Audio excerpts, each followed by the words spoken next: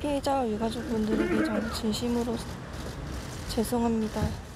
살인을 해보고 싶었다는 말로 전국을 충격으로 몰아넣은 23살 살인범 정유정. 도대체 어쩌다 이런 끔찍한 일이 벌어진 걸까? 정유정에 대해 알아보기 위해 그녀가 살던 집을 방문했습니다. 안녕하세요. 저희 MBC 생방송 오늘 아침에서 나왔는데요.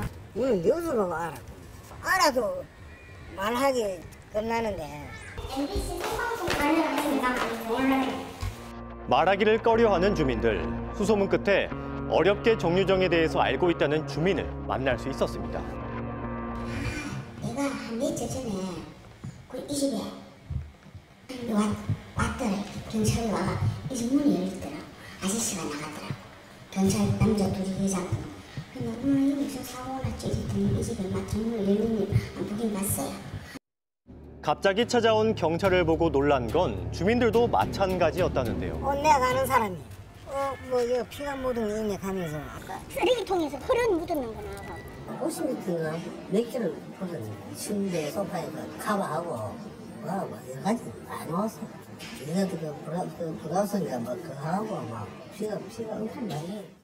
피해자의 집에서 살인을 저지르고 그 흔적을 자신의 집 쓰레기통에 아무렇게나 버려두었던 정유정.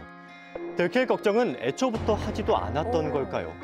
아무렇지 않은 모습으로 피해자의 집으로 돌아가 시체를 훼손하고 심지어 그 과정에서 택시를 잡아 타기까지 하는 등 대범했던 모습. 이 집을 안에 들어가서 내가 보니까 좀 예성적인 게 있을까? 이거 한번 왔다 갔다 하고 들어가 버리면 저희 아저씨는 왔다 갔다 해도 여자는 제일 본 일 없는데. 평소 소심한 성격에 집 밖으로 나오는 것도 꺼렸다는 그녀가 어떻게 살인을 한 건지 이해가 안 된답니다.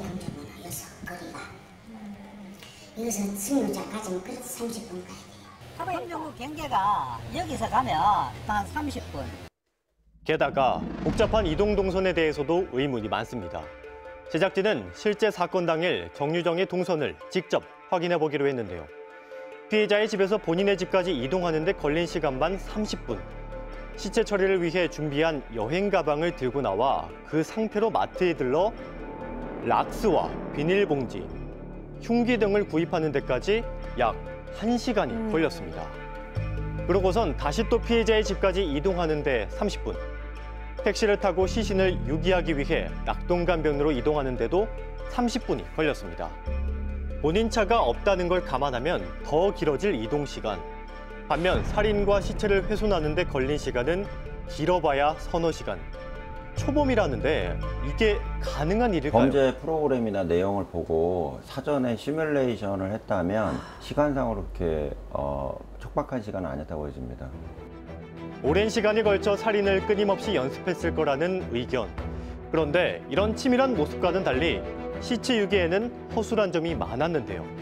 정유정이 시체를 유기한 장소는 평소 주민들의 산책로로 이용되는 낙동강공원. 이 통로는 자전거 라이더들도 많이 다니고 그리고 이 안에는 사람들이 휴식공원에 대한 사람들이 많이 나와 있는데. 근데 이 안에 만약에 시신을 유기를 했으면 사람들이 지나다니다가 그래 보지. 자전거 여기 저것도 있는데 동쪽에도 있는데. 평소 사람들이 많이 다니는 곳이라 시신을 유기했다면 굉장히 빨리 발견됐을 거라는데요. 네. 상상을 할 때는 사람을 선정을 해서 공격해서 살해하는 과정에 대해서만 몰입을 하지 접근 과정이나 사체 처리 과정이나 이런 것들은 준비를 많이 안 하는 경우가 많아요. 해보고 싶었다는 건 사회로부터 격리되고 싶었다는 의미일 수도 있어요. 그러니까 처벌에 대해서 두려워하지 않을 가능성도 있어요. 살인 이후의 상황에 대한 인식 없이 살인으로 본인의 불만을 표출하는 것에 목적이 있었을 수도 있다는데. 설날에요. 한번 시험 일기생이 있었습니다.